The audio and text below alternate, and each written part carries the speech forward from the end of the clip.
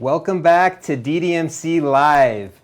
DDMC is brought to you by My Social Practice, Ultradent, and Crown Counsel. We are so excited to have you here today for our second session.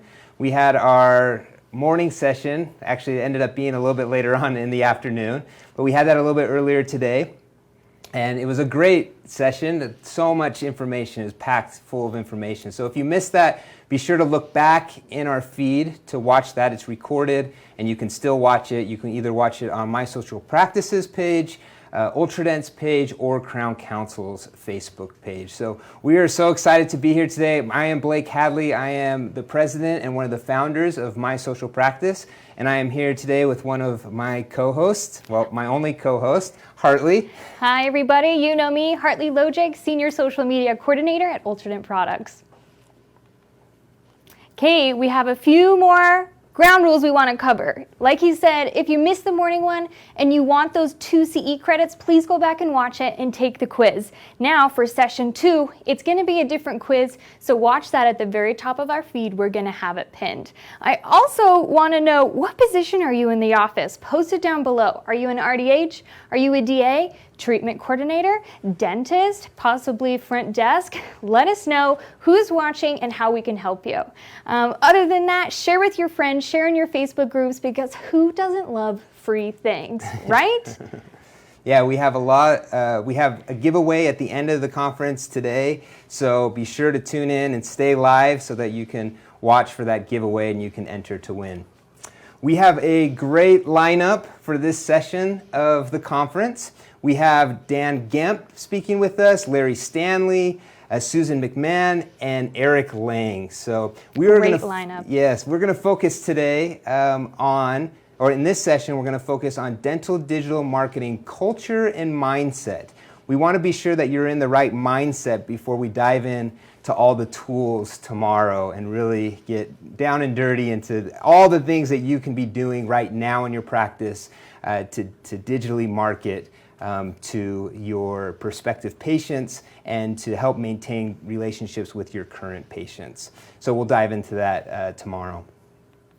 I'm going to introduce our first speaker for today, Dan Gemp. Dan founded Dreamscape in 2005 while still a business student at Villanova University, adding talented team members, experience, along with clients and success stories in over 28 industries since then. He has been a keynote speaker at over 100 national healthcare conferences and source for publications including the New York Times and Business Week. He also works to be a thought leader and deliver high-tech design and web technology to clients every day as a partner and resource network for their marketing efforts. Hello, welcome to another Dental Digital Marketing Conference Live 2020 session. I'm Dan Gemp. I'm the CEO of Dreamscape Marketing. And to start things off, thank you for joining us today. And a big thank you to My Social Practice, Ultradent, and Crown Counsel for having me today, as well as their continued support of the industry with events like this one. Today, I'm going to be covering an essential marketing voice, how dentistry let itself become non-essential, and the marketing messaging that will bring it back. My dental background actually began at birth. My mother is a dental hygienist her entire career, so I'm very familiar with the ability to understand somebody speaking with a toothbrush in their mouth. And more importantly, for the last 10 plus years, I've been building websites for dental practices and DSOs around the country, as well as managing their marketing and digital marketing campaigns. So what brings us here today, right? In this case, as the coronavirus pandemic moved across the United States, local governments drew the essential business dividing lines that literally left businesses and owners powerless overnight to control their own futures and protect their life's work. Unfortunately, dentists ended up on the wrong side of that dividing line. I believe it's critical to the future of dentistry that we understand how marketing at every level of dentistry, organizational, practice, and team, can help drive public perception and allow us to take control of our future. So today I want to discuss with you how dentistry let itself become non-essential. Okay, that's pretty insulting. And the marketing message and strategies that are going to bring it back. We will drill down to the root cause and extract the key message that will allow us to bridge the gap once we are Invisaligned in the communication that will get past the thin veneer of society's fears with bipartisan, bicuspid support. All things that should come naturally to you. So to understand where dentistry is now and how to move forward, we're going to examine the current perceptions of dentistry and why it wasn't considered essential by our leaders.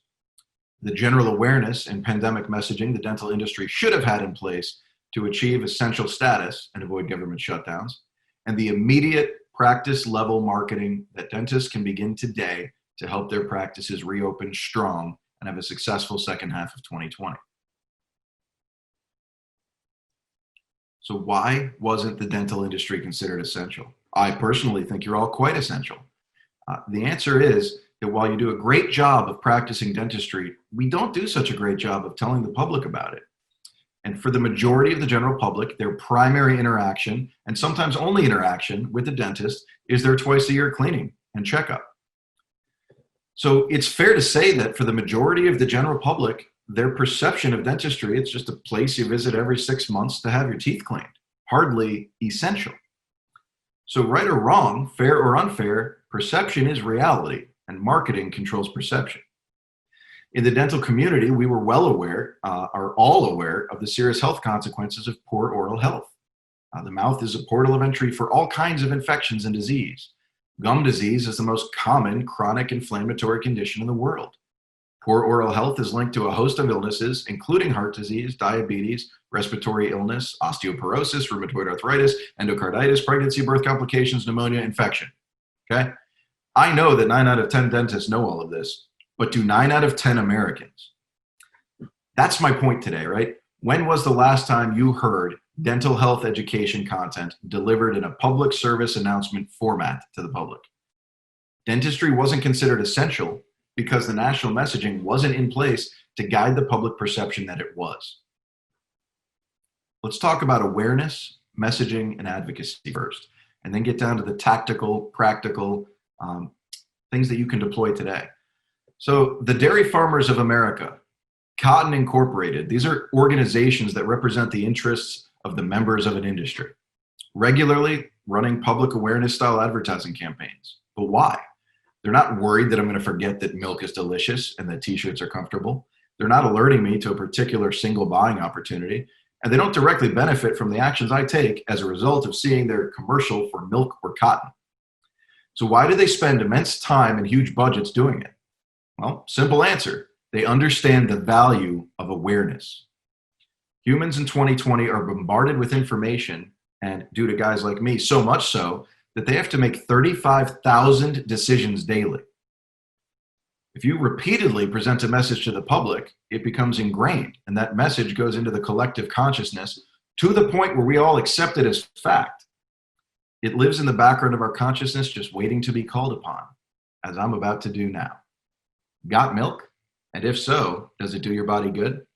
Is cotton, in fact, the fabric of your life?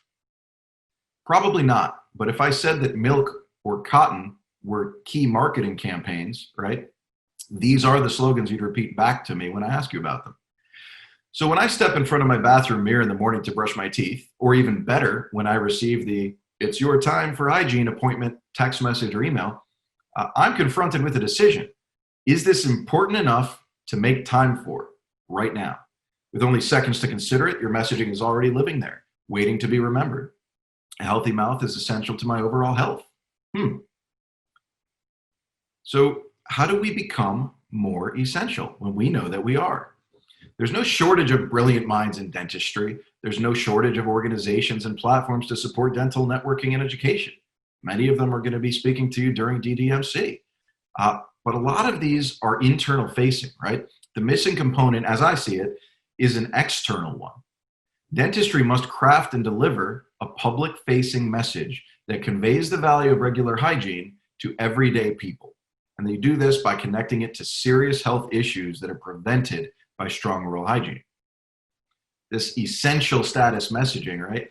This is a long-standing debate in dental marketing about how real to get with patients. The concern is that marketing around serious topics will be perceived as fear-mongering and scary upon public perception.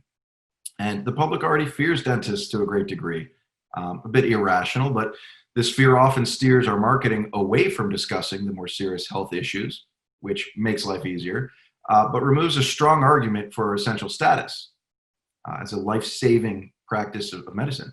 So this is indeed a frustrating question to wrestle with. But what if we took the same set of facts and simply reversed the angle so that it is perceived more rationally? Instead of saying heart disease is a serious, potentially fatal medical condition that begins with poor dental hygiene, so see your dentist twice a year, instead of fear-mongering and scare tactics, let's try this. A quick 20-minute cleaning twice a year will protect you against all sorts of serious health issues. Friendly and easy to control the perception of that message. If the general public received regular messaging like that, then one, this would make and focus on the connection between regular hygiene and prevention of serious health issues. And two, it's going to shift the focus of the message from the severity of the illness to the ease of prevention. How easy is it to simply come in, get your teeth cleaned, and not have to deal with horrific health ramifications from not doing so? So it would create a dual purpose message that addresses our ability to market against those serious health issues, as well as validate regular dental hygiene as essential. And I'm not just talking about cleanings. So talking about the pandemic and recovery messaging directly. When faced with a crisis, doctors triage. That's what you do. We fix the problem right in front of us first, prevent the catastrophic result.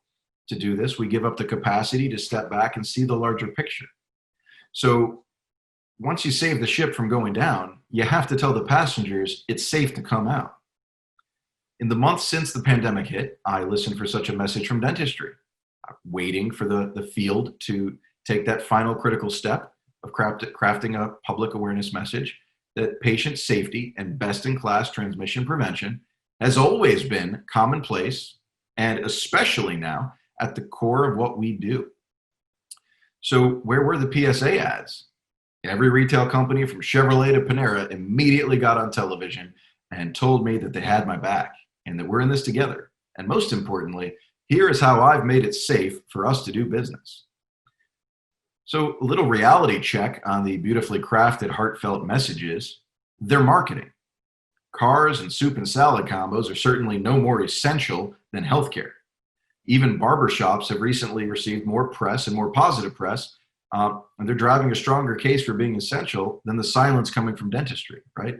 A gentleman who hasn't had a haircut in months and is growing a mullet is demanding that he's able to see the barber so he can go out and get a job. But why is that same gentleman not demanding a brighter smile for that same job interview? The truth is, we're in business to stay in business. This is a business. And while our humanity, caring, and drive is absolutely real, at the end of the day, if I don't make car payments to Chevy, they're going to take back that truck that they just gave me affordable payment options on. And Panera will feed me as long as my Apple Pay is connected. So the true and best messaging is always honest, as well as presenting a win-win proposition. We're mutually beneficial to each other. We need you to come back to survive. You want to come back for your health and normalcy. And to make that a reality, we've done everything we can to ensure you're safe in our care. Let's talk about advocacy. So all politics is local. Shutdown orders and essential statuses were ultimately made at the state and local government levels. Your governor, your county executives, those kind of groups. Advocacy groups must be in place, and regular lobbying efforts, even at the local level, must be maintained on a city and state level. And as I mentioned before, we shy away from the more serious dental health topics because we're wary of further stigmatizing a profession that they might already find a bit scary for whatever reason. I think it's just the noise the drill makes, but our lobbying efforts are not the time for this discretion, okay? You need to be deemed essential. In order to solidify the essential status of dentistry with our local leaders, we must draw the direct line between regular hygiene and serious disease prevention. This is the group that needs to be scared straight. Hit them with your worst horror stories, the grossest photos, the scariest statistics. Confront them with the serious public health threats that can arise without access to regular hygiene.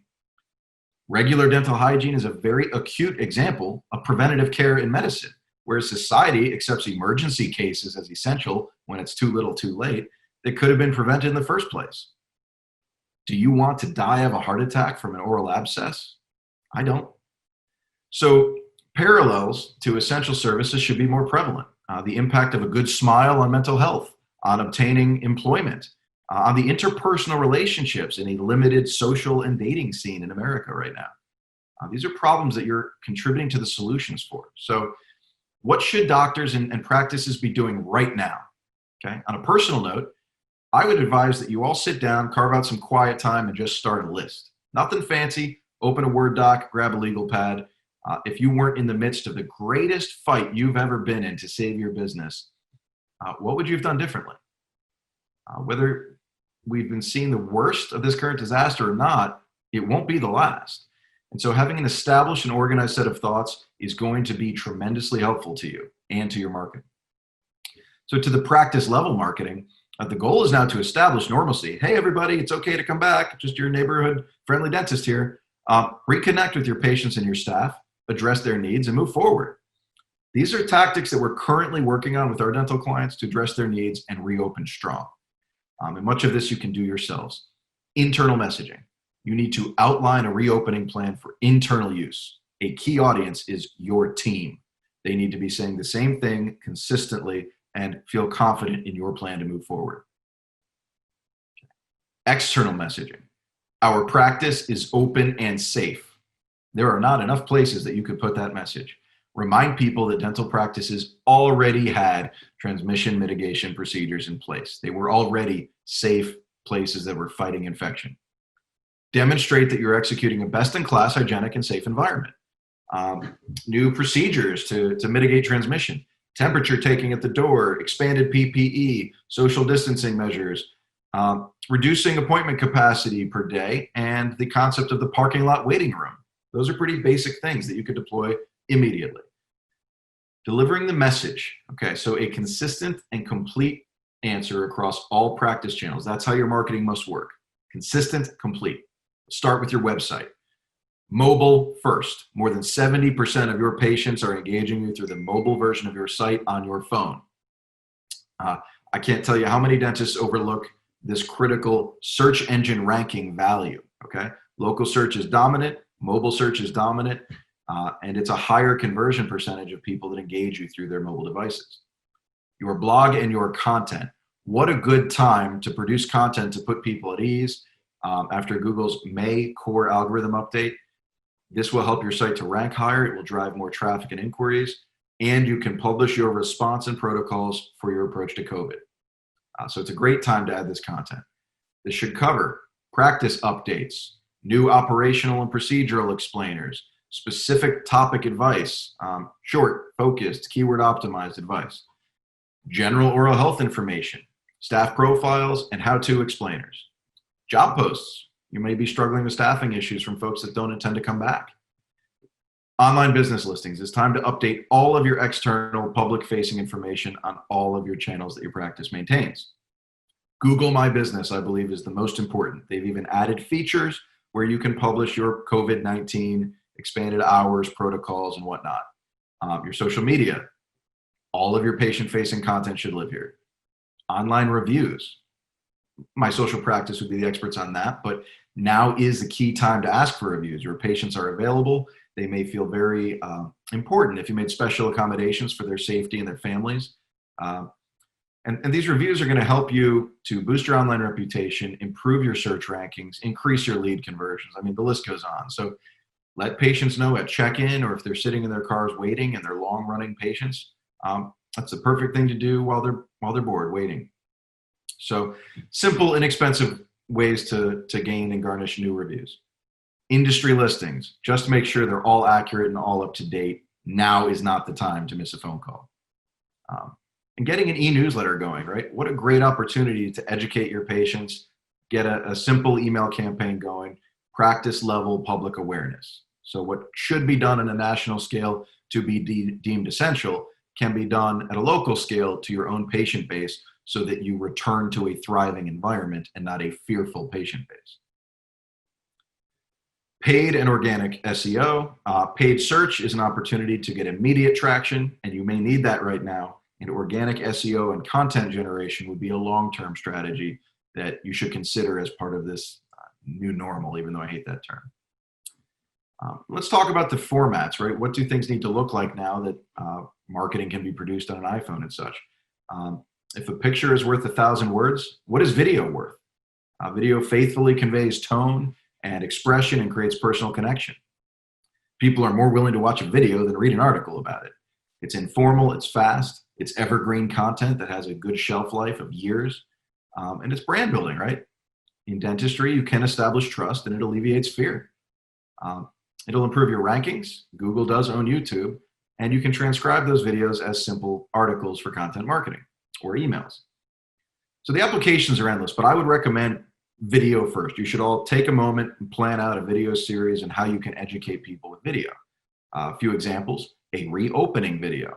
Walk people through your office, show them what to expect for the first visit back, make them feel comfortable, and this will diffuse a lot of apprehension. Basic dental advice and FAQs about transmissible diseases and the safety protocols you've been trained on, patient testimonials, staff training videos, and staff profiles. Let people know who they'll be dealing with so they feel comfortable. Consider your business model and how digital marketing is going to help you evolve. So telehealth.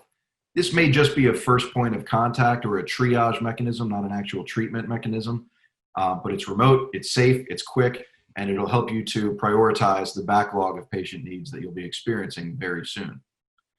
Mobile dentistry or senior-only hours. Even Costco has senior-only hours, and you need to address this concern for demographics with greater health risks. Urgent care hours. Maybe that's not part of your business model, but people can't really go to emergency rooms right now. They're terrified of contracting COVID. So offer extended hours and emergency protocols to be an urgent care center for dental needs. It's a revenue driver. Direct sales of goods. Go e-tail with it, right? As simple as expanding your Facebook page to include marketplace and offering electric toothbrushes, water picks, etc. Just a way to make some money at a time when maybe that's tight. And shifting your payer mix, right? We got 40 million plus unemployed Americans right now. Insurance is going to be in upheaval. Their coverage is going to be changing. So you may need to consider cash pay procedural work, and you may need to consider in-house financing. You need to relaunch familiar, positive patient engagement campaigns. So a patient office contest, unmask your smile, a grand reopening, in-office social media, right? These are all opportunities to be fun, normal, engaging, but safe. And you need to do outreach to referral offices, business to business. You need to support each other based on insurances you do and don't take, specialties, machinery you may or may not have for certain procedural work. So send gifts to your partners, let them know you care, let them know you're connected, and let them know you're part of the community, because then maybe you can all advocate together to local leadership and become essential. So in closing, let me leave you with this, a term I have quickly grown to dislike: the new normal. This phrase and others like it paints a picture of an idyllic past that never really existed and a future that will not live up to our expectations. There will always be a new normal. So the truth is there's no such thing as constant normal. Life is not static, business is not static, and dentistry is not static. So think back to your practice 5 years ago, 10, 20 years ago. We don't have to go back very far before our thinking and processes are unrecognizable compared to today. My point being that sometimes we grow in tiny, imperceptible increments, and sometimes a dramatic global pandemic hurls us miles down the road overnight. But remember that change is the constant, not the variable, and it's nothing to fear. You simply need to market to the perception of that change. So yes, this time it was dramatic and sudden, and the time it's taking to recover has gone on longer than any of us are okay with or comfortable with. But we can and are catching up with this change, and you will too. Just before I began this talk, I Googled dentist, and the first pre-fill was near me, but the second was open. And that's what you are, and that's what you need to let people know. We're open, and it's safe to see your dentist. So in the aftermath of a crisis, we find purpose, personally, by playing a role in this recovery, right? Many companies, yours included, found their role being repurposing existing assets to fulfill a new need. Auto plants made ventilators, clothing companies made masks, distillers made hand sanitizer, just to name a few. But for our company, for digital marketing, we did not need to shift gears. As the pandemic moved across the US, business as usual ceased to exist. Digital channels is where everybody went for a lifeline. It's where they're doing their research, finding their medical resources.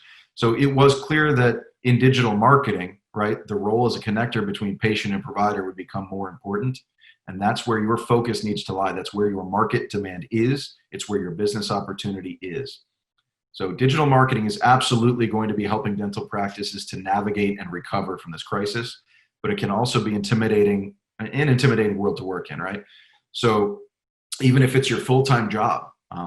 So if you'd like to explore any of today's topics in greater depth, by all means, my team is available to help you and support you as part of the community. And with that, fight gingivitis, fight the good fight, and stay safe. Cheers.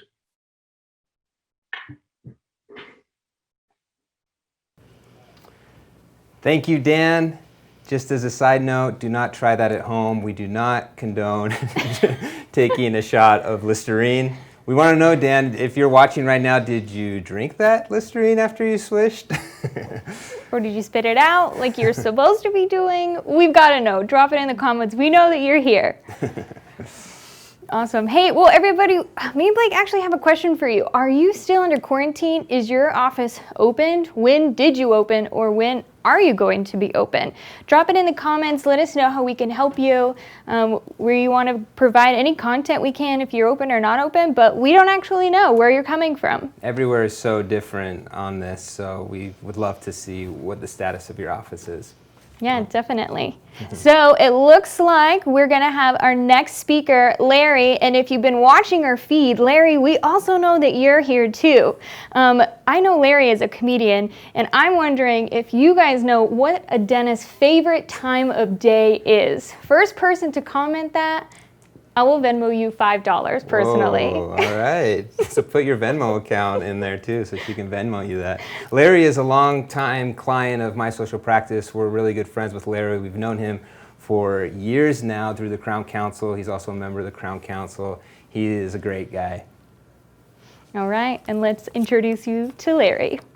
Larry Stanley does not know how to sit still. A former rock radio DJ and stand-up comic, he's a general practice dentist, oral facial pain TMG consultant, runs Allegiant Guard and Sports Performance Mouthguard Company, is a keynote speaker, award-winning writer blogger, executive producer of the USNA, United States of North America Graphic Novel Project, a lead sponsor of the Stanley Cup for the Loose Moose Theater Company's annual high school theater sports championship, and more.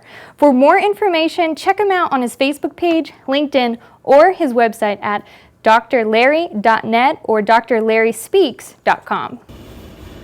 Good afternoon, and thank you for joining me today, and welcome to DDMC Live 2020, the continued edition this afternoon.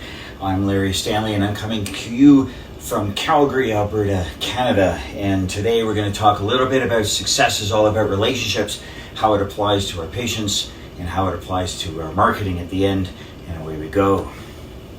We all know about the golden rule, do as to others as we would have done unto ourselves, but what if our patients don't want what we want?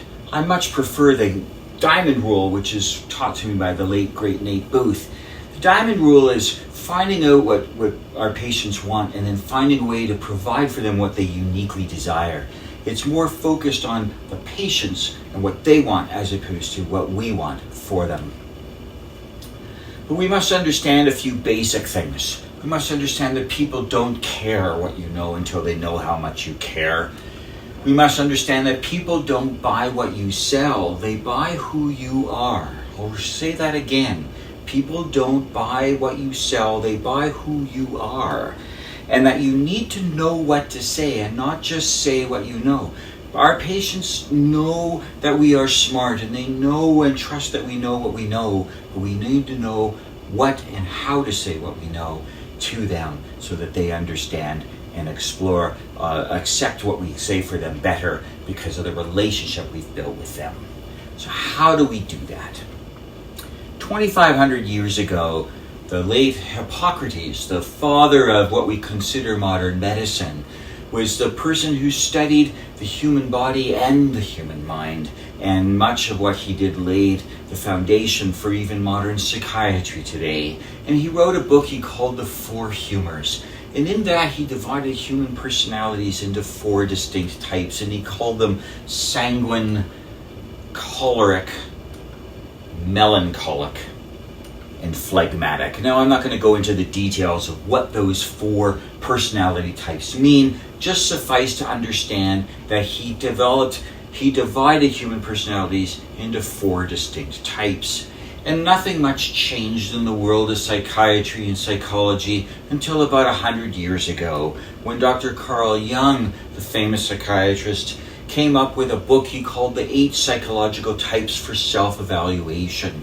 And then, you know how we have a compass where there's 4 spots, north, south, east, and west? Well, in between those two, they have additional 4 points like northeast and southwest, that kind of thing. So here we have the 8 different types on what we call the Jungian wheel. 7 years later, Dr.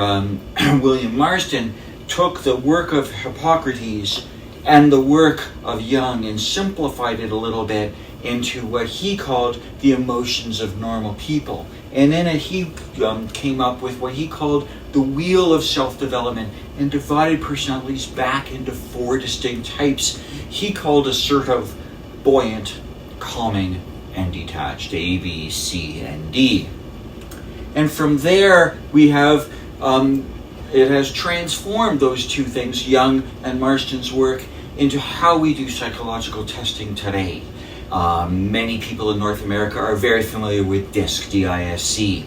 I've taken the DISC training myself 3 times. It's powerful, it really works, but I found it very non-intuitive. I can't remember to this day what the D, I, S, and C represent, what they stand for. It's not quick. I can't apply it to other people quickly.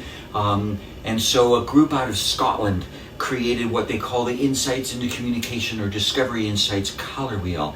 And here, between those 2, DISC and Discovery Insights, we now have computerized testing for self-understanding that is both simply powerful and powerfully simple.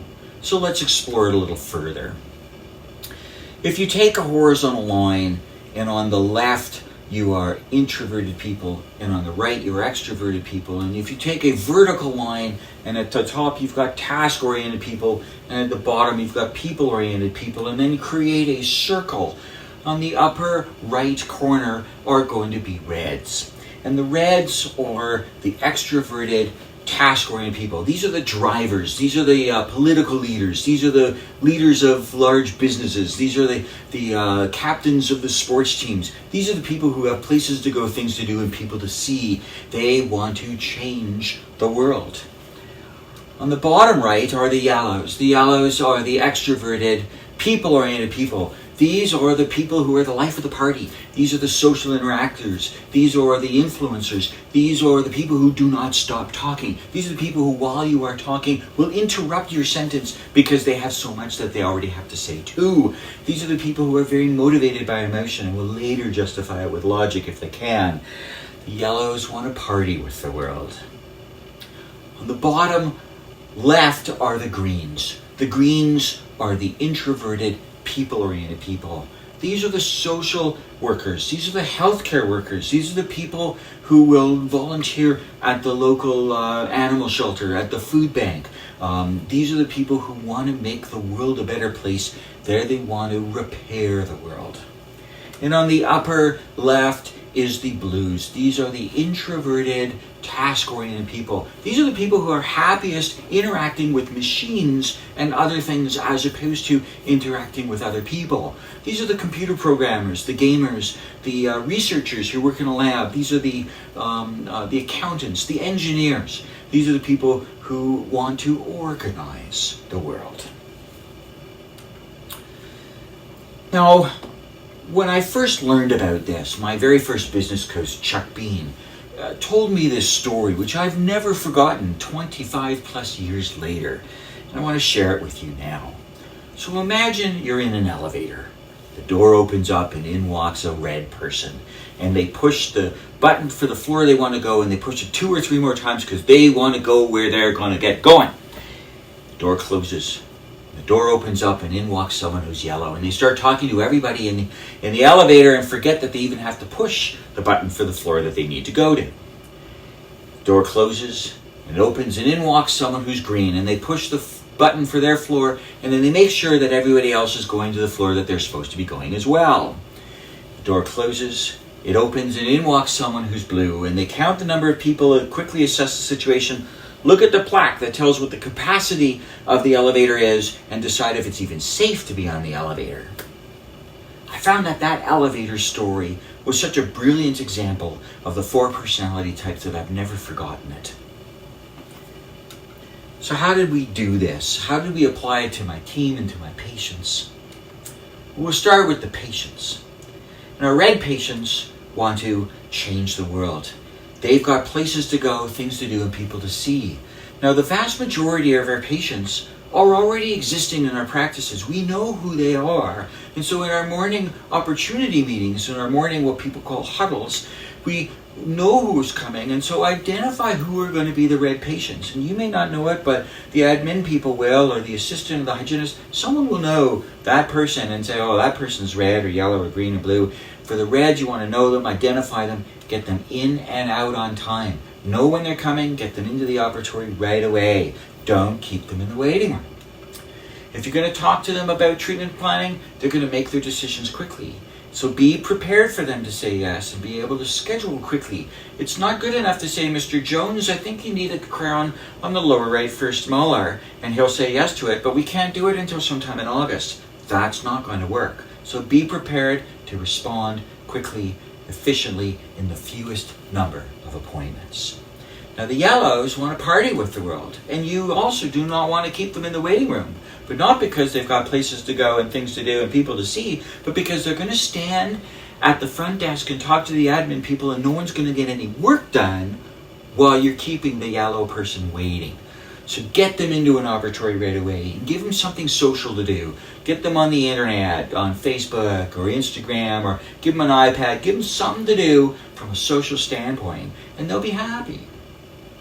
They're going to make their decisions on an emotional basis. They're very motivated by appearance. So they want to know how things are going to make them feel or how things are going to make them look.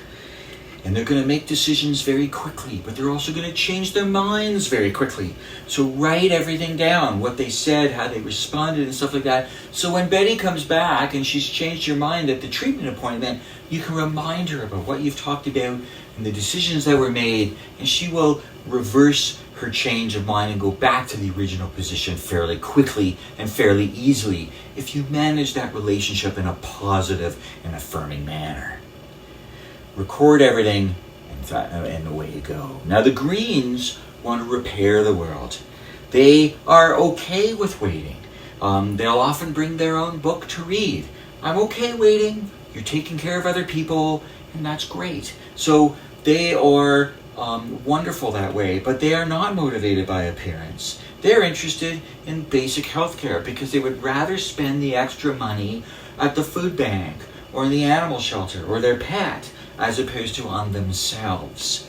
However, they are slow to making decisions. They're not going to make a decision right away. They want to think about it. They want time to think about what you're telling them about themselves because their focus isn't about themselves. But they will almost always accept your treatment recommendations and come around eventually. They need time. Now the blues are very organized. They want to organize the world. So again, they are okay with waiting within limits, but have reading material available for them. Technical manuals, business magazines, something for the engineers, popular science, popular mechanics, something along that line. They're also going to be very interested in the technicalities of what you're talking about from a treatment standpoint. How long will the dentistry last? What's the science involved? What's the technology involved?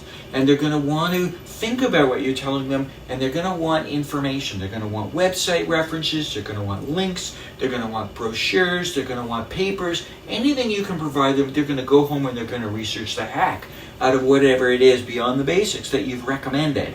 And you better know what you're talking about, or they're going to catch you on it and they're going to go see somebody else.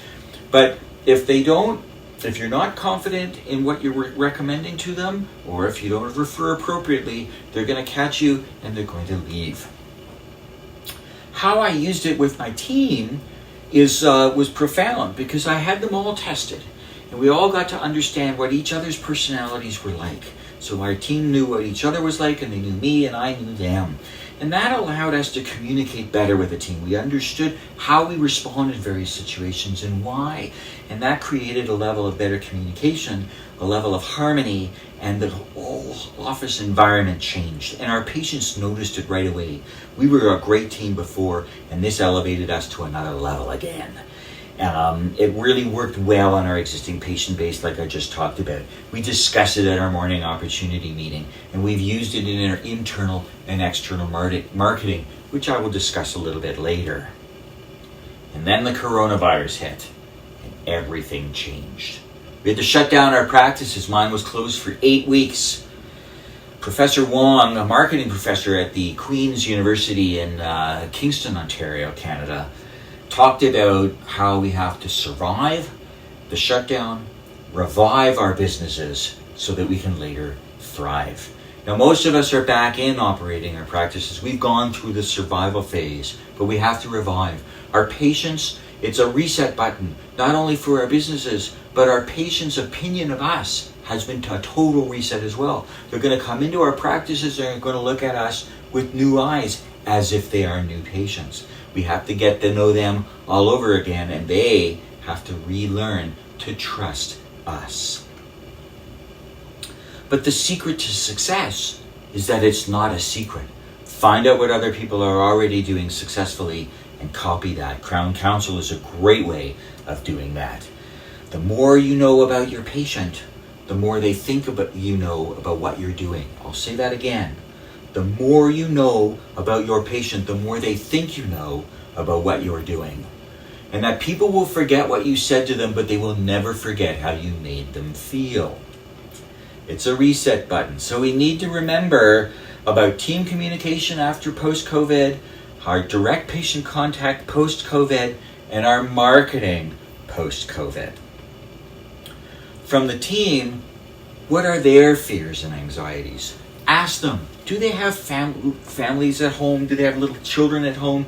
Are they worried about how their kids are going to be looked after while they're here at the office? Do they have senior citizens who are living with them? Or do they have seniors that live elsewhere that they haven't seen for many weeks? What are their anxieties? What are they afraid of? Make sure you acknowledge it, because it's very real and it's valid. If you acknowledge it, they're going to trust you better. And if your team feels safe at work, then they're going to make the patients feel safe. And if patients feel safe, then away we go. We're going to revive our practices quicker. Make sure our team know how to use the enhanced PPE, how to put it on, how to take it off, what the new infection prevention and control protocols are, and why. And then away we go. So educate your team. Take some time. Dealing with patients, that's a tough one. Calgary had over 20% unemployment amongst the people who were working. And now it's gone down to only 15% unemployment. 1 out of every 6 of our patients who were working before are not working now. 50% unemployment for people aged 25 and under. There's high levels of stress. Stress changes personality profiles. Stress changes our behaviors. So we need to go slower. We need to take our time, especially with aerosol generating procedures. Hygiene recalls, go in at the beginning of the appointment or at the end of the appointment. Otherwise, you're going to have to don the full enhanced PPE, which you do not need. You don't need the full gowns and the respirators and stuff. If you're just examining somebody, if you're just talking to them, if you're doing x-rays, if you're giving local anesthetic, you're not generating aerosols. And so all the personal protective protocols we did before COVID are completely valid post-COVID. It's only if we're bringing out the drills, if we're spraying air and water, if we're using the ultrasonics, then we need the enhanced PPE. So before you're going to do those kinds of procedures, go in without all this stuff on. Talk to the person, greet them. Let them know what's going to be done and why, how you're donning all this to protect the team in the office, the families you're going home to later. And the patients will accept that, because the full PPE is scary when you first present yourself like that. So greet them as a normal human being and then leave the operatory and don it.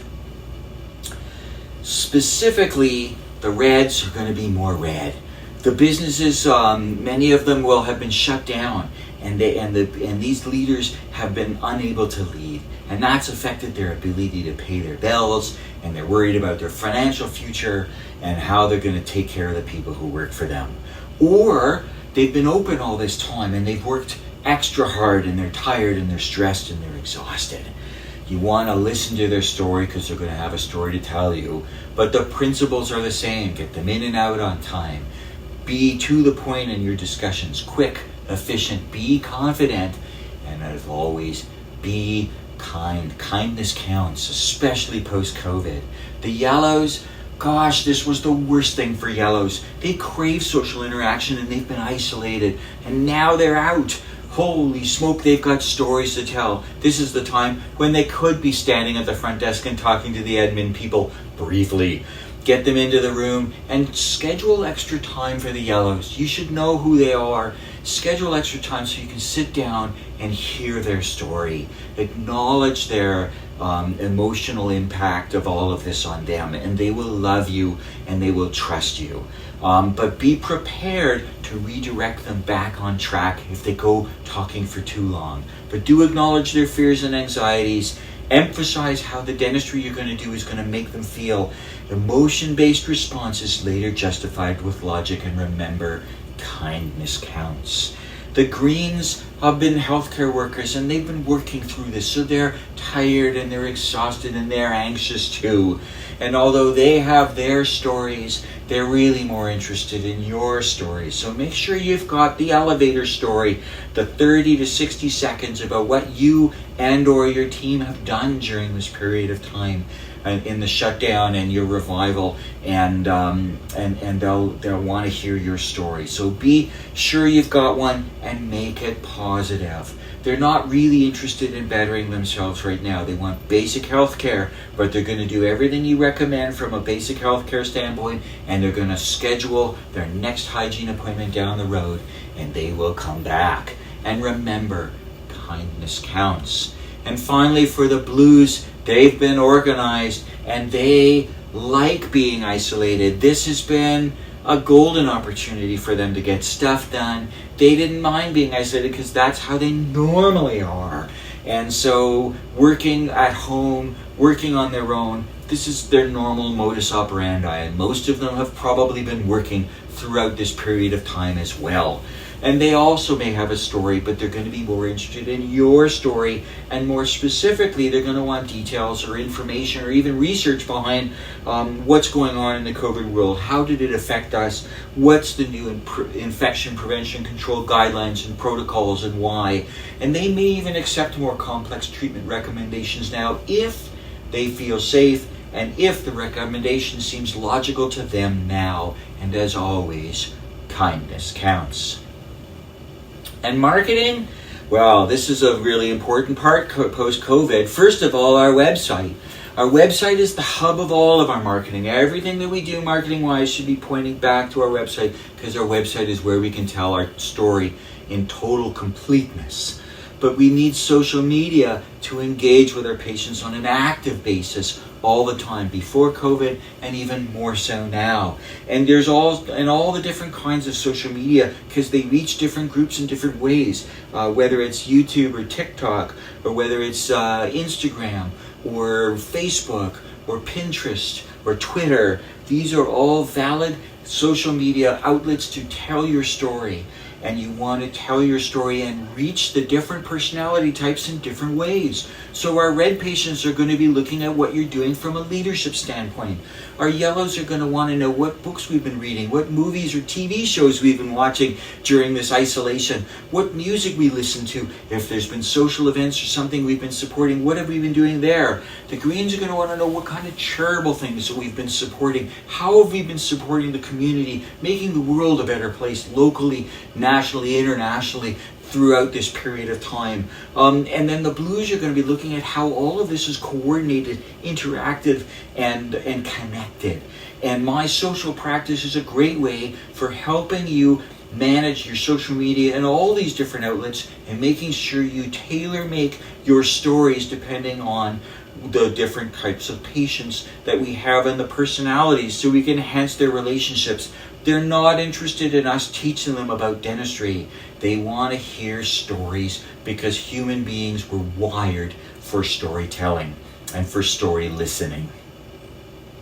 So in conclusion, this COVID shutdown has been a reset button for our business, for our patients, and towards us in particular. It's not about selling more dentistry. It's about being a patient advocate first, and then being a provider second. Fit the dentistry to the patient's desires as opposed to our needs. Focus on your why. It's a way to it's now a time to reinvent ourselves, reinvent our teams, reinvigorate our teams, revive and reset our practices to boldly go where your practice has never been before. We want to use our social media to tell our stories and engage our patients socially. Change up our stories so that we reach all the different personality types. Ask ourselves, WTF, what's the future?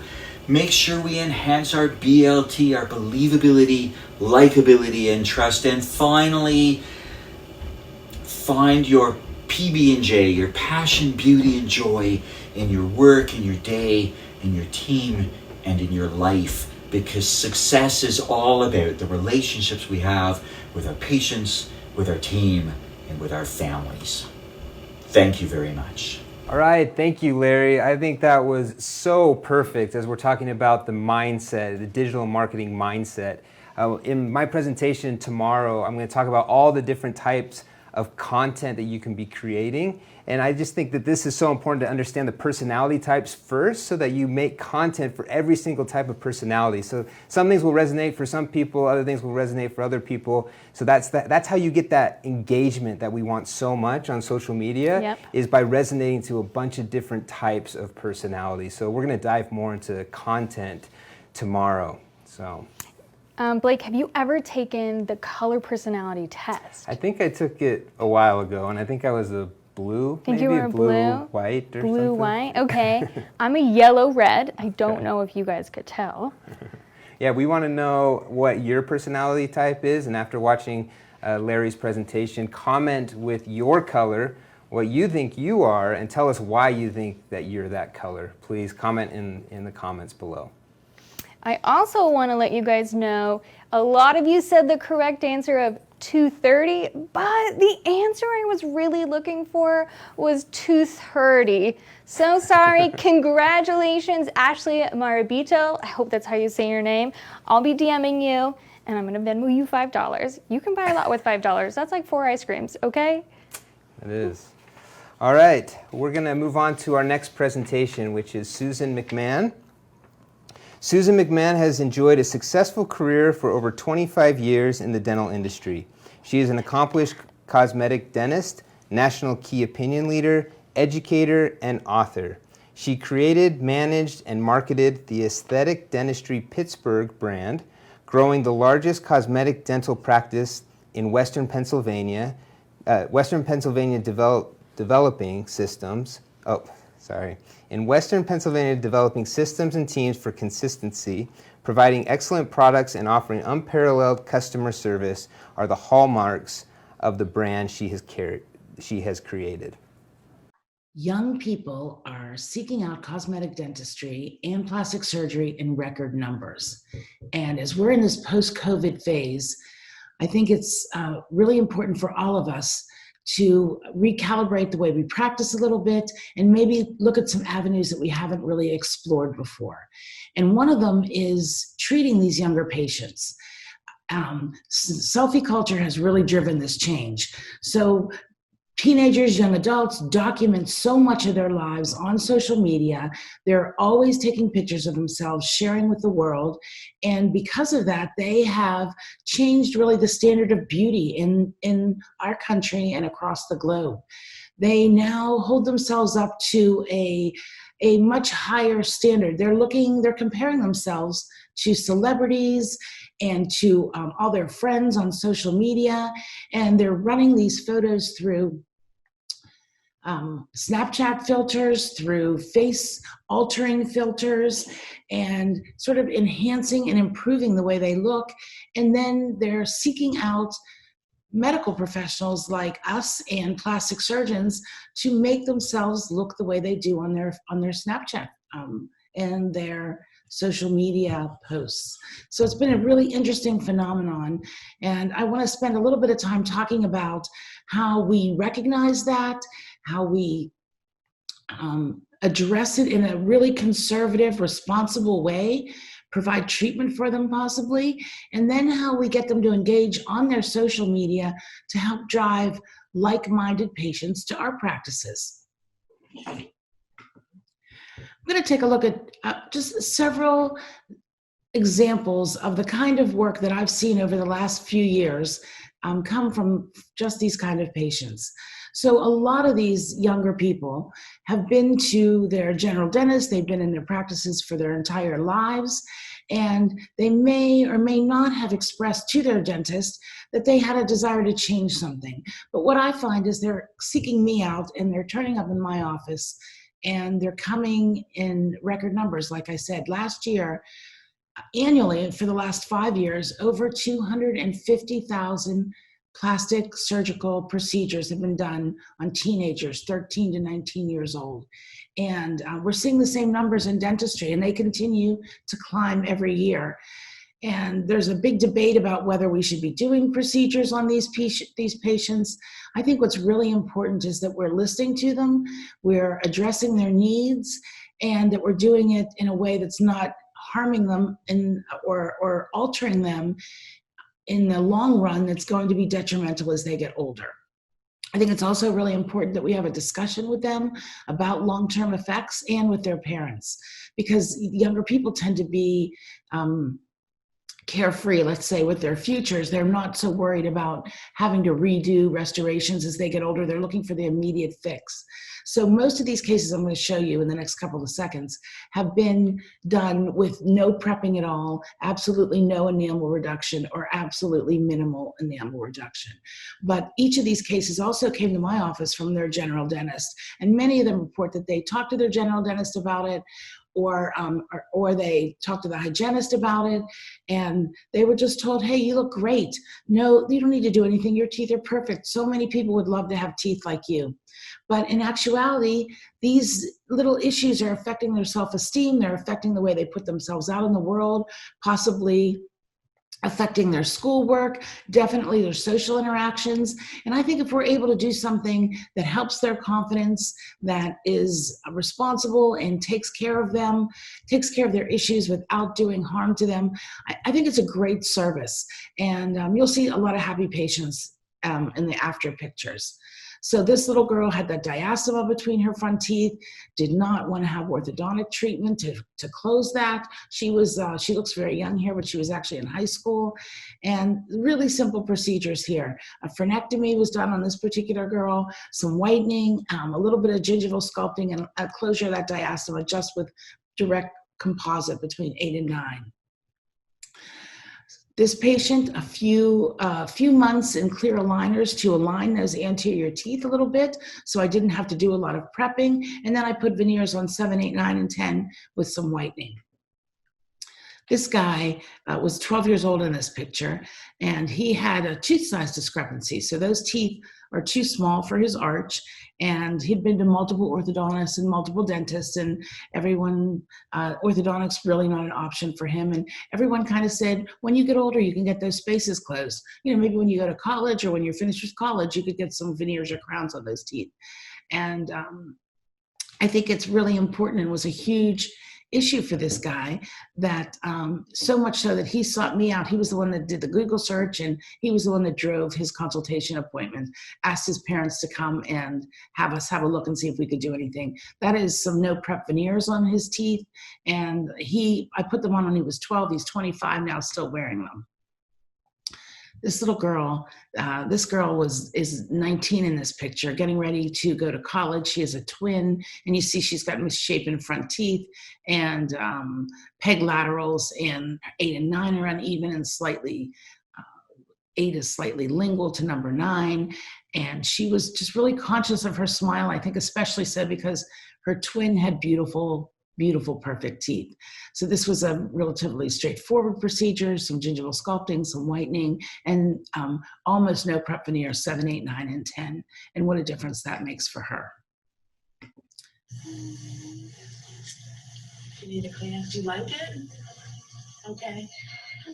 So that's the first time she saw it. And that just feels great. When somebody is so happy, you've brought them to tears. I just can't think of anything that feels better than that. Very simple procedure here. This is a guy that we all have in our practices. He's got some yellow in his teeth. He's a 17-year-old boy, not talking, not smiling very much. His mother's concerned that his teeth are dirty, that he's not cleaning them very well, and that's why they're yellow and they're not smiling. And then he's not smiling. But this is a simple whitening case with a little bit of composite restoration on tooth number 8. He had a class 4 restoration there. He also had that visible white lesion on tooth number 9 that we removed through some resin infiltration. So a relatively simple case, one that we all have in our practices. And as opposed to just doing a traditional class 4 on tooth number 8 and calling it a day, we couple it with some cosmetic procedures and bundle it together as a smile enhancement. So whitening, visible spot, visible lesion removal, infiltration. He had a little bit of gingival sculpting done, and then the restoration, the composite fill restoration on tooth number 9. Dark front central, had some composite bonding on it in this particular case. And had we just fixed that, had I just replaced that central, that would have been better. But we coupled it with other procedures as well. We did some gum sculpting. You see how tooth number 7 is much shorter than tooth number 10. Filled the diastemas in with direct composite bonding, and then put a new restoration, a Emax restoration on tooth number 8. Some gingival sculpting here, some no prep veneers. And then this is kind of a typical case. This is a guy who was not satisfied with the way his teeth looked, and his general dentist had told him, no, you look great. You don't need to do anything at all. They tried some whitening. He got a little bit of results from it, but he still had some banding in his teeth. He had that space between, that dark triangle between 8 and 9. And he came to my office stating that he wanted to have veneers done, and that he had been to several doctors, and someone had suggested crowns to him to restore him and to give him the look that he wanted, but he was a little hesitant to do the crowns because he knew he had to take away all his enamel to do that, but he knew he wanted to have veneers done. And we were able to do these with a little bit of sculpting and then no prep veneers. But I think that had we said to him, like other dentists had, no, you look great, I think your teeth are fine, and not really addressed what his concerns were about it, he would have continued to seek out dental care opinions until he found somebody that was willing to do veneers. And he could have ended up with deep cut veneers, or even gone back to that original guy and had crowns placed. So if we're listening to our patients, if we're hearing what they're saying and able to offer them conservative treatment that'll satisfy their needs and still keep their enamel, I think that that's the best thing that we can do for them. So this phenomenon, this interesting phenomenon, actually has a name, Snapchat dysmorphia, and it's a condition where patients are seeing themselves in filters and they're placing it out on social media, and they've done the compare and despair. They've compared themselves to other people, to the celebrities, despaired at what their own situation is, even if it could be just a minor situation, and they want to change it. They want us to change them change their appearance to make it more closely match these filtered versions of themselves. And you'll see some of these patients really fall into this category, but many, many of them just want minor little changes, need little tweaks to make them feel great about their smiles. And when we couple them with these other procedures, when we're doing whitening, a little bit of gingival sculpting, and possibly some direct bonding or some minimal prep veneers, it actually makes for a really nice case for us. It's a great use of our time. It's really satisfying as well. Another new phenomenon that's out there that I'm starting to see more and more of is the rich face phenomenon. And that is the Kylie Jenner, driven trend that's going on, where we're getting young people. This used to be the venue of 50-year-olds, and now we're seeing 20-year-olds, even teenagers like 18, 19, 20-year-olds that want that sort of puffed, plumbed look. They're injecting the fillers, they're injecting the paralyzers, so they're getting that really plastic surgical look. And they're also wanting veneers to complete the whole thing. So I'm seeing lots and lots of this now. It's become the new status symbol. It is it used to be a Louis Vuitton bag. If you had that was your instant marker of wealth and status. And now it's rich face. So be on the lookout for that. This is a 16-year-old girl who's a competitive cheerleader. And she never smiled with her teeth open. This is how she smiled, even when we asked her to smile in our office when we were taking her before pictures. This is all we could get from her. We really had to stress her to get her to give us a toothy smile. And you can see why. She had all this spacing between her teeth. She has these little teeth. So 16 years old, she had been told that she should wait until she's 18 or 20 when she's finished with college. But this is something that's affecting this girl's self-esteem. This is something that is holding her back from really exploring her full potential. I ended up doing some almost no prep veneers, 8 no prep veneers on her. And this is the day that we put her in provisionals. The next day, her mother sent me this picture. So like I said, she's a competitive cheerleader. She's all in her competitive garb here. And you can see that she's smiling with her mouth open. And her mother sent this because it was the first photo that she had of her daughter really smiling in a competitive situation, or any situation, she said. So it feels great for me to get that picture.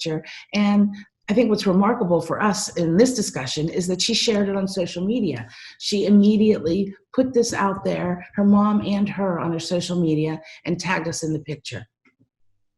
So this is her before when we were tracked off. You can see she still has those engagers on her canines and her first bicuspids from the clear aligner therapy.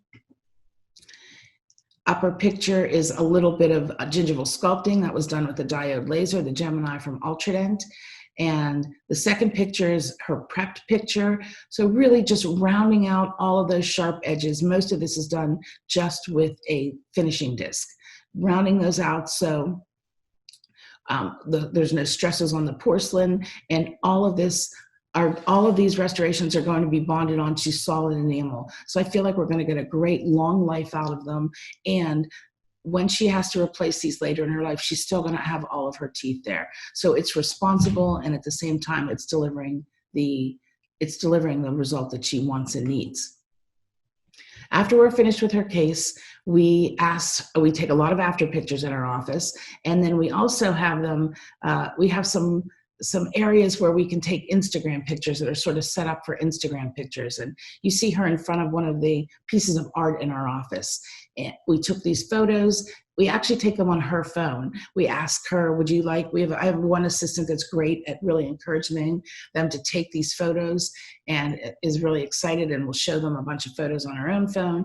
And then we use their phones, we take the pictures, and we ask them to tag us in their picture. So this was what she tagged the first day that we inserted her. My new smile at Smiles in the City, which is my Instagram handle. And this particular girl has 1,300 followers. So 1,300 people know she has a new smile, and they know where she got it. It's really interesting that I think that this whole generation of kids has almost no expectation of privacy. They are perfectly willing to share their journeys, their before and after pictures, and talk about what they've had done. Other people, adults, so many of us don't want we want to maintain our privacy, and they don't want to share what's going on. They don't want their before and afters anywhere. They don't want me to post them.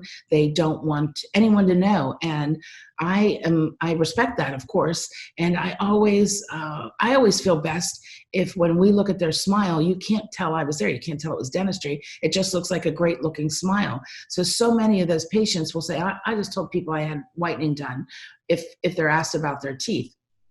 But these younger people are excited and thrilled to share really the whole procedure with people out there and with their followers. And these followers are people just like them. So this is what can really sort of leap and bound your practice forward. We, for a long time, and I still do, try to build my own Instagram following. But what's the game changer is when your patients are sharing their experiences on their Instagram, because that's driving people to your practice and to your Instagram pages. And it actually is turning into consultations rather than followers. And that's really what we want, right? This girl was so great, because after she posted that picture that she took in our office, and tagged us in it, then she started taking lots and lots of pictures, and she's smiling in all the pictures and showing her teeth in all the pictures and tagging us in all of the pictures. She tagged us for about 2.5 weeks in every smiling picture that she took. So it was great for us. I really appreciated it. And it only happens, I think, if you're asking them to do it. You have to be aware of it, and you sort of have to be prepared for it. And by prepared for it, I mean we have to have an Instagram or a Twitter or a TikTok now that is conducive to younger people using it and sharing it. And this is my account, Smiles and the City. And I have a few kind of changes that I've made in my Instagram over the last couple of years that have made a huge difference. And I chose Instagram because I like the media the best, and it's something that younger people still use really frequently. Facebook, not so much anymore. If you ask someone to post on Facebook that's this generation, they kind of roll their eyes, and you can tell they think you're completely lame that you're still using Facebook. And I think they see Facebook as an older people situation. But Instagram, TikTok, Twitter, they're all over that. Snapchat, right? So what do you need to do to have a worthy Instagram account that they're going to be interested in participating in? I think it's 100% imperative that you have original content on your Instagram, that your photography is good. You can use filters and apps to improve your photography, and it's important that you do kind of learn how to use a couple of filters and apps so you can really you can make your pictures pop off your Instagram a little bit, if you will.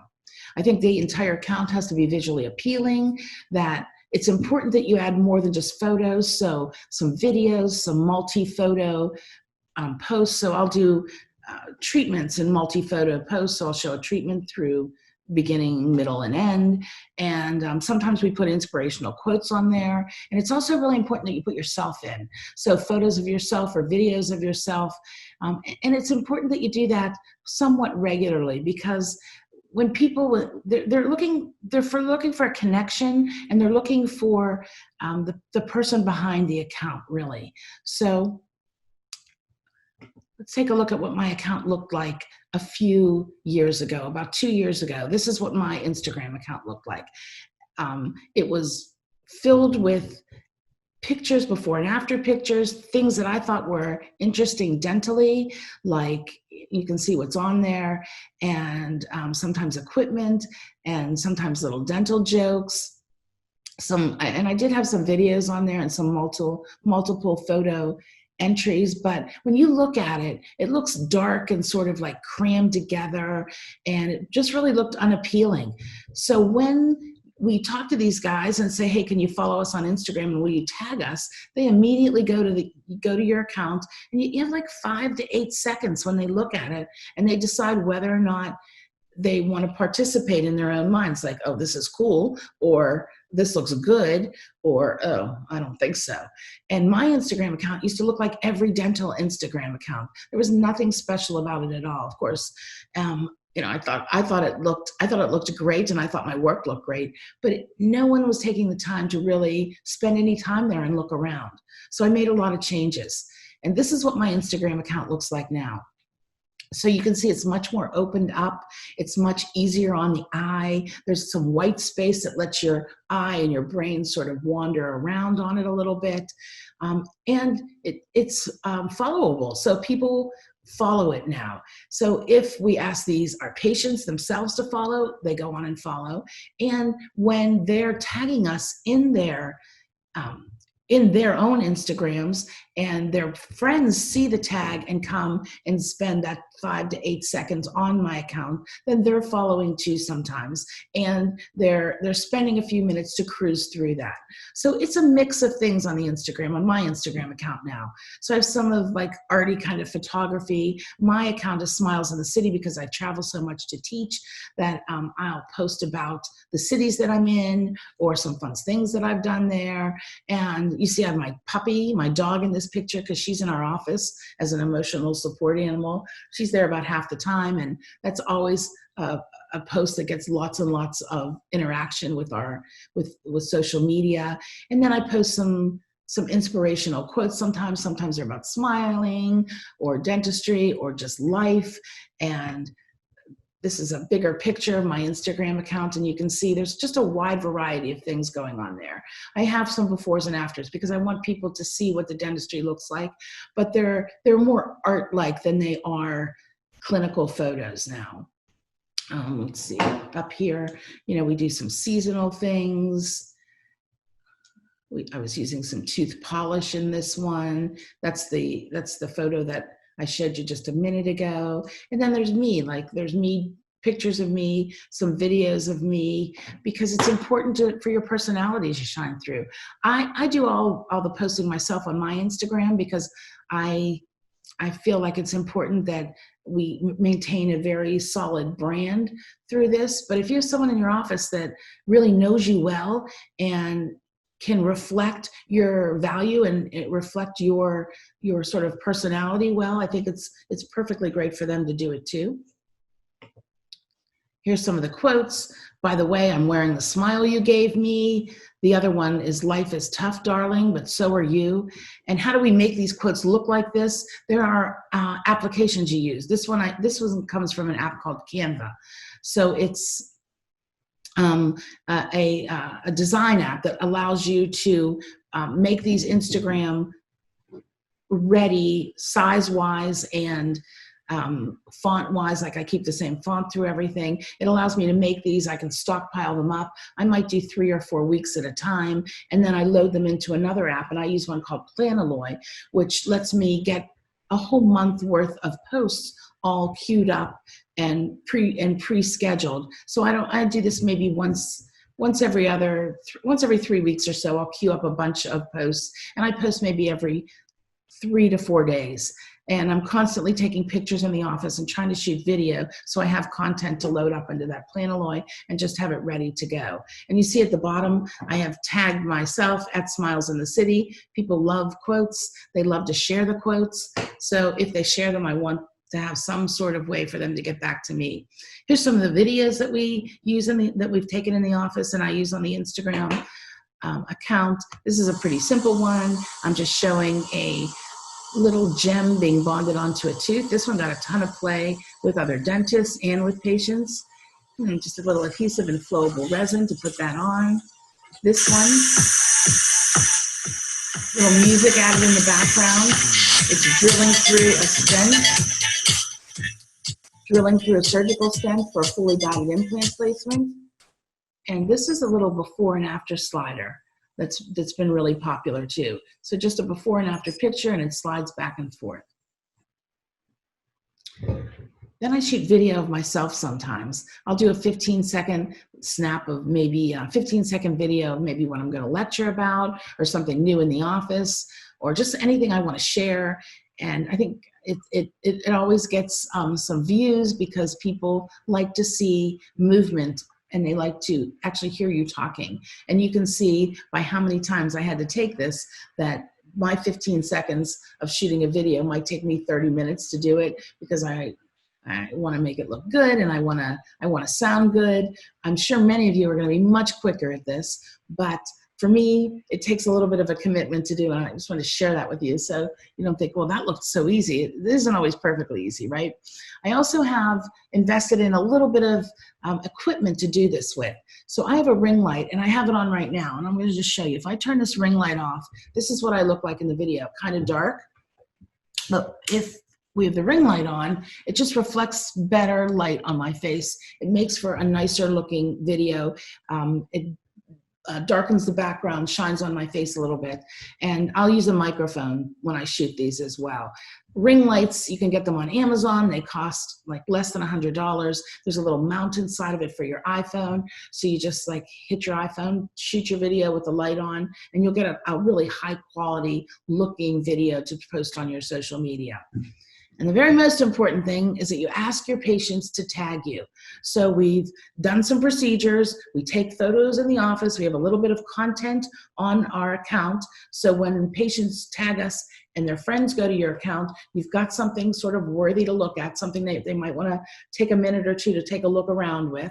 And then hopefully they'll follow you or call you up and say, I need the same thing, right? But you absolutely have to ask them to tag you, and you've got to make a concerted effort in the office that everyone's kind of on board with that. And how do we get to encourage them to take photos in our office and then to tag their work? So when we're finished, I always send them before and after pictures so they have those available to them. And many, many of them will tag them in, we'll use them in their posts and tag them. And then we also in our office have big pieces of art.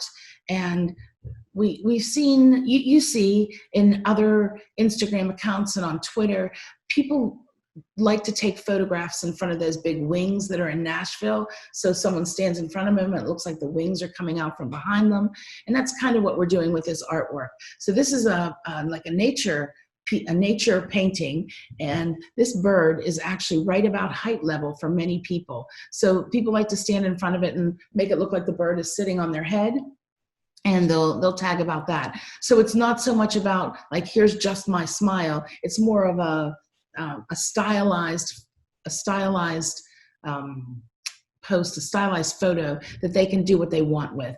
But we just asked them to tag us. And this girl has about 3,000 followers, and she was happy to tag us. That piece of art is just in my hygiene room. So I don't have a huge dedicated space where we're taking Instagram photos. This artwork is hanging all around the office, and my assistant and my hygienist will be enthusiastically encouraging them to take photos in front of it. They'll show them what's on their phone, and then they take the photos for them as well. In our waiting room, we've got another big piece of art that's kind of nature inspired, and lots of people take pictures in front of this. What we did do is move the furniture out from in front of it, so it's easy for them to just pop right in there and take a picture. This one is in our hallway, and lots of women like to take a picture with this in the background, and they kind of like do the profile thing and take the picture with the flowers on their heads. This big set of lips used to hang in the place where this was. So we move them around every once in a while, and we take them down and rotate them through and add other things. So I'm always kind of on the lookout for some cool background that might encourage people to post it on Instagram. Let's take a look at a case start to finish. This young girl has, what would we consider beautiful teeth. This is a beautiful looking smile. But for her, it wasn't enough. She felt that it was kind of uneven, and you see 8 and 9 are not perfectly even. And she'd been through orthodontics, she'd been through clear aligners, still did not get the look that she wanted, wasn't able to maintain the look. I think there was some retention issues for her, as in not wearing her retainers, but she wanted to change it, and it was important to her. I did on her a completely additive situation. This is a direct composite template kit where you can select the size of the tooth that you want. It has anatomy built into it, and then you just tooth by tooth individually build these teeth out. And I did 4 restorations on her.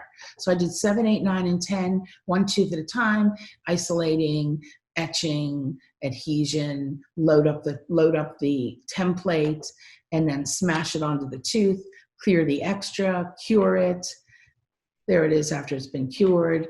And then you just finish all that flash from the edges. You can take away some of the anatomy if it's too much, or just finish and polish as is. Here's a single tooth done. I did 3 more teeth. That's her after. These make beautiful restorations, super simple. This took me about an hour and maybe 10 minutes to do the whole thing start to finish. And it's completely additive. That's the most important part. Didn't touch her enamel at all. Great results with it. You see the before and after. It's not to maybe the general population's eyes a huge difference, but to this girl, made a remarkable difference in the confidence that she felt and how happy she was with her appearance. And that's valid and that's important. And that's something we all have to be aware of for sure. Here she is immediately post-op. So as soon as we're finished with these cases, we have the patient stand up and look in a mirror, which is mounted on the wall. I don't like to hand people face mirrors. I don't like them to look, and from that view anyway, it's distorted. It only shows their teeth.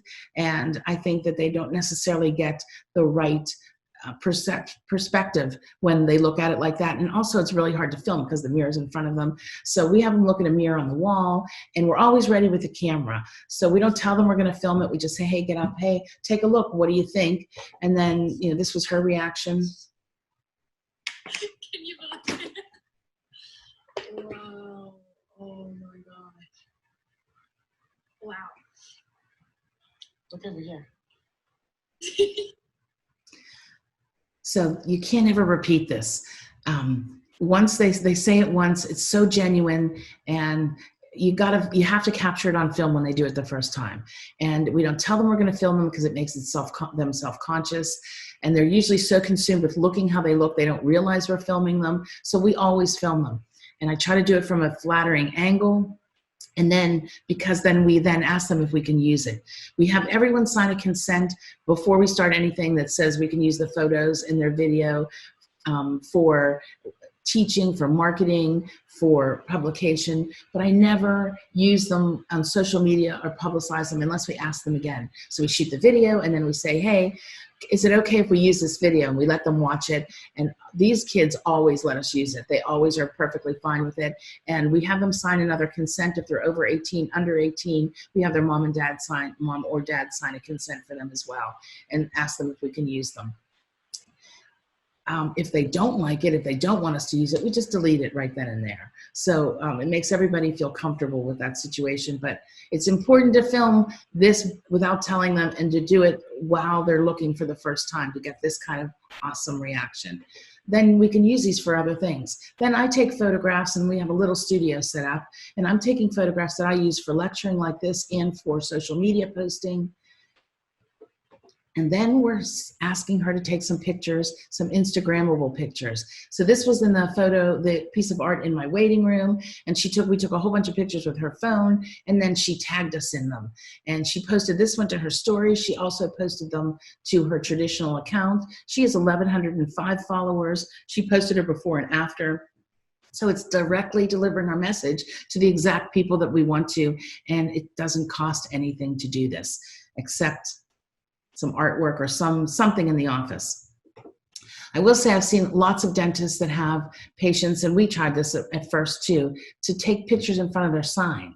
And so I don't know how cool a sign you have to make this generation of patients think that it'll be Instagram worthy to post it, but not many. Like for most of us, when we have them take it in front of our sign, it's okay to post on our pages like that, but they're not really interested in sharing that. It just feels kind of lame to them.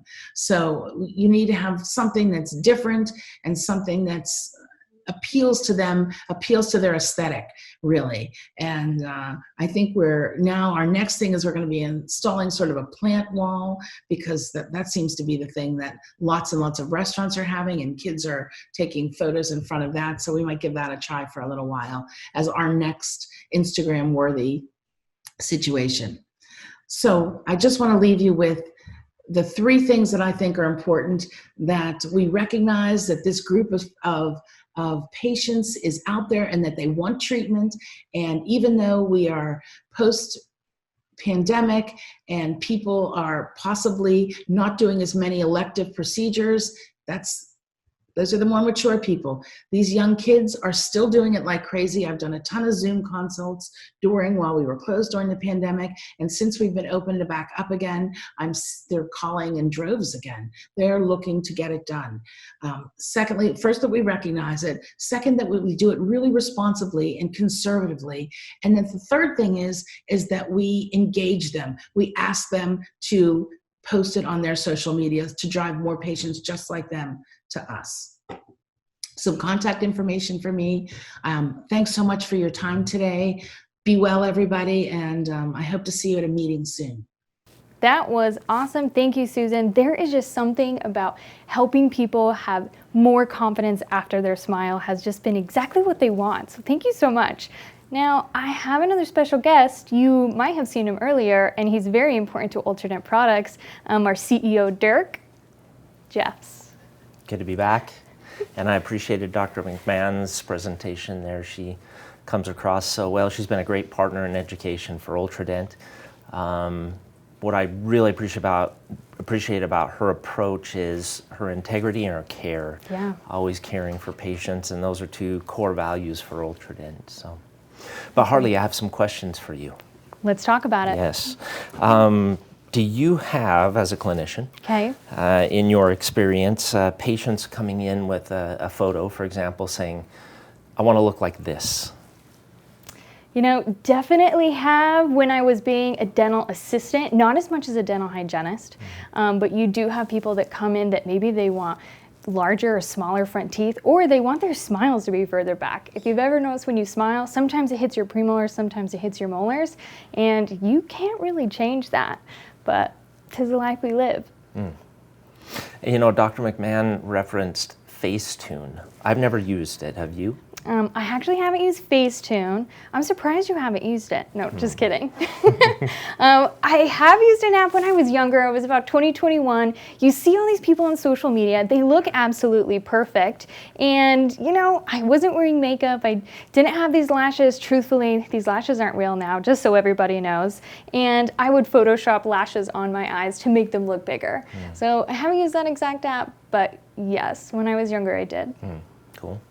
Dr. McMahon, I think even in her title, calls out Snapchat as the culprit in some of the challenges that are being experienced. In your experience, are there other platforms that are sort of perpetuating or potentially causing challenges with children or young adults? Yeah, so she talked about Snapchat dysmorphia with the filters. And you know what? Those filters have now translated on Instagram. Same exact thing. And relating back to when I was 2021 with Facetune, where you have to download this app, sometimes you had to pay for it.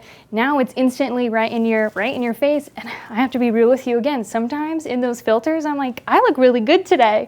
And then, you know, your camera accidentally turns on to you and you're like, whoa, never mind. I don't look like that. Yeah. I hear you. You know, it was interesting how she's talking about things trending younger and younger. As a clinician, what is the youngest age that a patient has come to you and said, I want this cosmetic procedure, or I want to look differently, or? Yeah. So previously I worked at an orthodontist office, and I remember this patient, and we're actually still Instagram friends today. I hope you're not watching.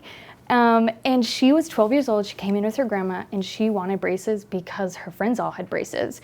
She didn't really need them for like cosmetic straightness, but we decided to put them on because she did have a little bit of a crossbite. So we did that. And then something that was interesting is as soon as her friends got her braces off, her friends got their braces off, she wanted her braces off right then and there, and her treatment wasn't done. So it kind of puts you in that hard spot of, we want to help you look the best as a patient, and you're only 12 years old and your grandma's here, but we're also clinicians that want to keep you healthy and happy. Good perspective. Thank you. That's very helpful. You're welcome. Thanks. Okay, Dirk, thanks for coming with us again. Looks like we have our last and final speaker. Everybody, thank you again for joining us. Remember to get your continuing education credits. You do need to take the quiz, and it's only 10 questions. Now we're going to introduce Eric Lang. After working in the medical field for over 15 years as a director of sales, training, and development, and as a certified family nurse practitioner, Eric Lang decided to change course. Wanting to be more hands-on father, Eric left his career in nursing and joined his wife, Dr. Morgan Tyrant Lang, as the office manager for Lang Orthodontics. Philanthropy has always played a big role in his life, and Eric continues to perform magic tricks in a volunteer role with patients in a local clinical and hospital setting. He currently serves on the YMCA Board of Directors.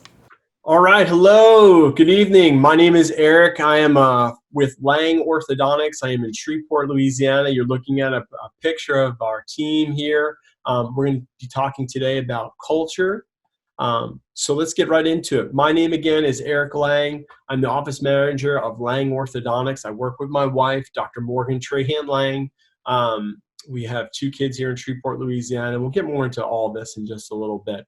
First of all, I want to start off with, I have a degree from the University of Connecticut in business. I was interested in computer systems. I have minors in both marketing, management. I later went into the pharmaceutical industry and worked my way up the corporate ladder to the director of sales training and development. And then I entered school again, kind of a lifelong learner, never done learning. And now I'm a certified family nurse practitioner that is the office manager with Lang Orthodontics. And that's kind of my path to where I am right now. So today's presentation is going to be not sorry. Thank you for understanding. I really want you to understand how simply changing your words can strengthen your team. So today we're going to talk about culture. We're going to describe what it is. We're going to discuss why it matters. How do you create it? And give some real world examples. So to start off, what is culture? I say that culture is the unspoken language of the behaviors that are modeled by both you and your team when no one is looking. We've always heard that quote about integrity, what you'll do when no one's looking. And hopefully if your mom opens up the newspaper the day tomorrow on the front page, if your picture's there, she wants to be proud of you. So really right now, culture is that unspoken language. And I'm going to pause here real quick and talk about an example that I recently had with a patient of ours. Patient's been bringing their child to us for about 6-7 months, and I know them personally. And I called them up and I said, I really want some constructive feedback. How are we doing? She said, I have 2 complaints. One, first complaint was we've become too efficient. When she was, coming in the office, it was usually about a 30-minute appointment. She was so relieved to get, some me time. So, everybody's been with everyone inside their house for so long. Just sitting in her car for 15 minutes was so nice. But we become so efficient that we went from a 30-minute appointment to like a 15-minute appointment. It works out for us. We're more efficient. But for mom, she just was upset that she didn't get more me time to her. But complaint number 2 was something that I pulled my team away from, and I talked to them about it. She said that she really enjoyed her office. When she was comparing offices, for her, she wanted that family aspect. Again, I work with my wife, and we have stressed family in our culture and our values. And she had said that she was kind of hesitant to coming back because she liked catching up with everybody. She really enjoyed the office. One of the reasons why she chose us is because she, enjoyed being around us. So when one of our assistants walked her baby to the front door and continued to walk with that patient to their car door, helped them in the car, and then continued to have a conversation with them after they kind of reviewed what happened at this appointment and what we're looking forward on the next appointment, and continued that conversation, she said we hadn't skipped a beat. So her complaint was no complaint. It was really that we're doing such a good job. And from a manager standpoint, I mean, I was relieved because, you hear a complaint. But she was just so proud and so happy for us that, we're continuing that family culture. So I think that it's those behaviors and attitudes that contribute to the emotional and relational environment of your workplace. And it matters because it influences your employees' performance. I pulled my team aside and I said, who walked this person to the front door? And everybody looked at each other and they said, well, they walked the person to the car door, and they had a conversation with the mom, and everyone in the back said that they all did it. Now, again, Dr. Lang, my wife Morgan, and I never asked anyone to walk anyone to the front door. But they said that they thought it would be an expectation that we would have, and that we would appreciate that. And that's what we get when we kind of set those values.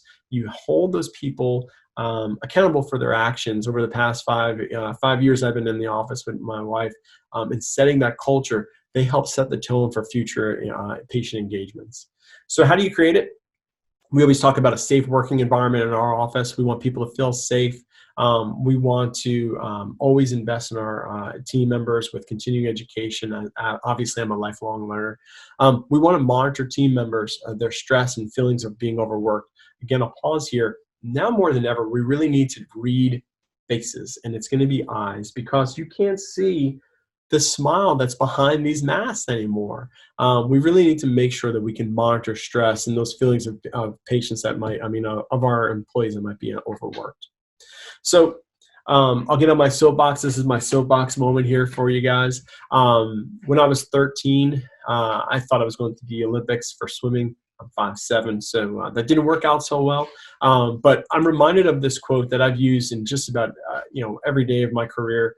In the confrontation between the rock and the stream will always win, not by strength, but through perseverance.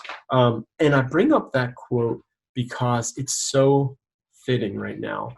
Let's pause here again. It's okay. We have all been through a lot. We have been asked to be working mothers and fathers. We've been asked to be teachers. We've been asked to take a pause on our careers. And there's a lot of people out there with a lot of pressure on their shoulders. It's okay. It is okay. This quote just reminds me that this too shall pass. We are going to move mountains, and we're going to do it by persistence. This little sidestep that we have right now, yes, it hurts for a little bit, but we're going to get through this, and we're going to get through this together. I have books on the side of all of my presentation slides from here on out, because some of these books have really just reminded me and have strengthened my resolve in a lot of the ways that we do our business in our office. Can't Hurt Me is written by David Goggins. He's a former Navy SEAL. If you have not read this book, it is a national bestseller. You can find it just about anywhere right now. Take the line. Take the line. I'm reminded about Take the Line because right now we're having to do some things that we're not 100% comfortable with. While we were all taking actions to keep our offices clean and healthy and safe for all of our patients and team members, we're having to take extra precautions right now, and that's fair. But one thing that we're doing in our office that I know patients don't enjoy, and it takes us a couple extra steps in regards to processing, is coronavirus questionnaires. I know that not everybody likes filling those out. We don't love processing them, and it takes a little bit longer, but it's doing the right thing right now, and that's what we need to do. So I bring up Take the Line for a reason here.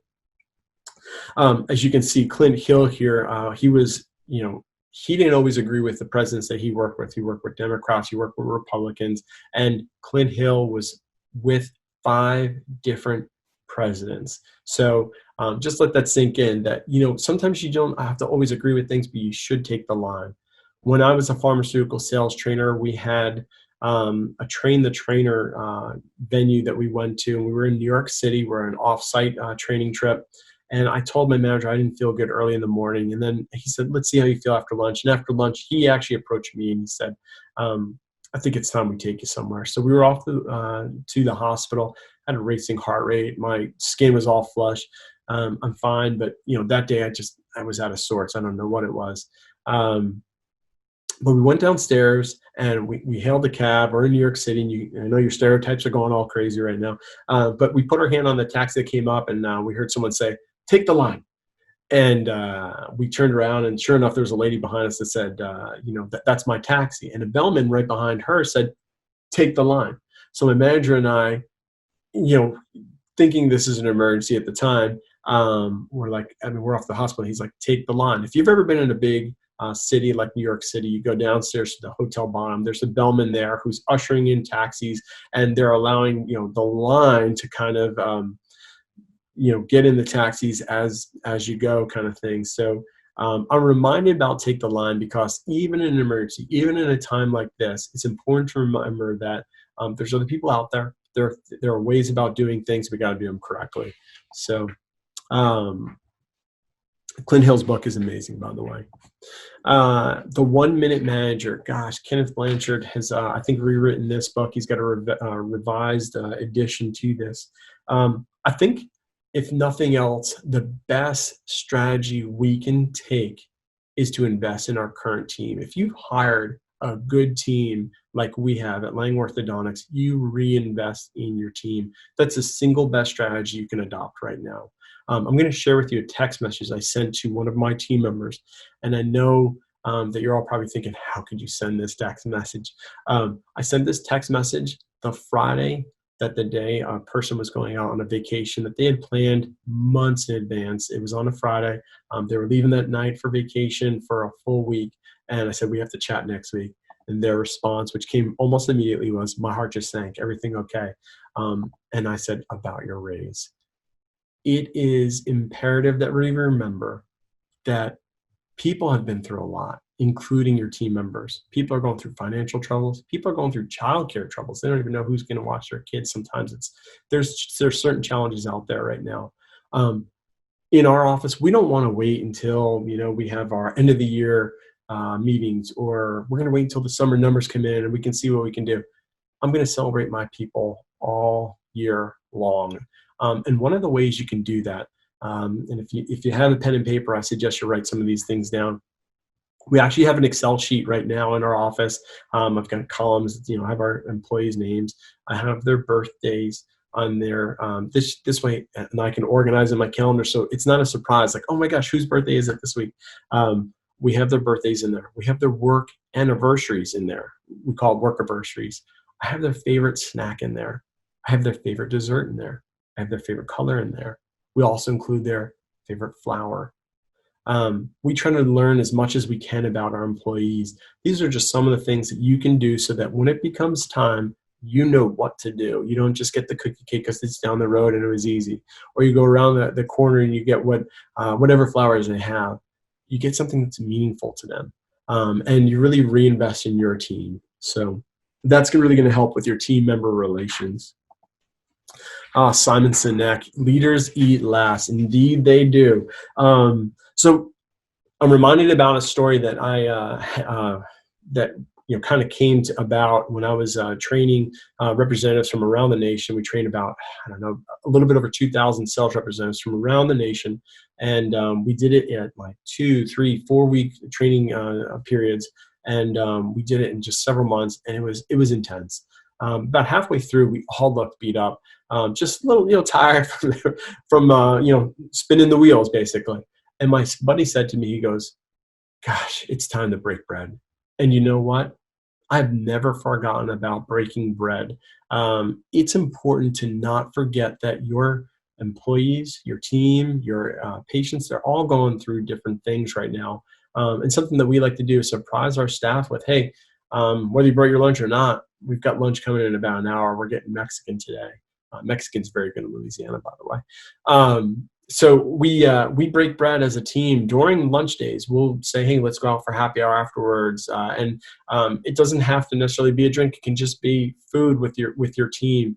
We want to celebrate our team as much as we can because it's important just to relax and just enjoy your team members. Sometimes it doesn't have to be, doing something that's over the top, but something just as spending time with each other, having a meal together is really, really helpful. We have a lot of quotes in our office, a lot of sayings in the office. One of my famous quotes is, I am not the smartest person in the room ever. I've already said that my wife, Dr. Morgan, is the smartest person. Well, she's my wife, so I have to say she's the smartest person, right? But no, she's a specialist in her field. She's an orthodontist. She's a great mother, but she's incredibly intelligent. I used to think I was really good at math until I got married. Now you have to do 30% off on these sales. But really, I'm not the smartest person in the world in my office ever. And I say that, very humbly because I know what my strengths are, but I know what my weaknesses are. And so does my team. I've had my team help identify those for me. You give me a task, I'm pretty good at it. Give me 2 tasks, productivity goes down a little bit. Once we get into 3 or 4 tasks, I have to focus on organizing, prioritizing. Multitasking is just not my thing. But I can tell you this. Every person that comes in that door, I ask them if they're good at multitasking. I need people that complement each other in our team. I'm not intimidated by experience or people that might be more intelligent than me or have a better hang on things. But you know what? I am embracing of those talents, and we need to work together so that we can be really good about it. I'm good about my shortcomings, but I know we can manage an office to have a really, really good culture and do some amazing things. So why it matters, it really drives engagement and retention for your employees. And Tim Ferriss has an amazing book about a number of people, very, very famous and some that are not so famous that you may not have heard about. And it's an amazing, amazing read if you have not read it yet. So we interview about 30 people, if not more, a year. And we don't do it because we're hiring all the time. We do it because we're always looking for qualified people, but we don't necessarily have high turnover. But I want to be a resource for people. I want people to come. If they come to my office with a piece of paper and their qualifications on it, if they're going to take the accountability and initiative to do that with someone that they don't know, then I'm going to give them an opportunity to interview. So about 90% of people that do that moment that they come in my office, I'm giving them an interview on the spot. The other 10% we're trying to schedule out if we can. And we've kind of held to that for the last 5 years that I've actually been at Lang Orthodontics. Really proud of that. I've included a number of questions in here as well. Let's be honest, when you go to school, a number of you are doctors or specialists in a special field, maybe a hygienist.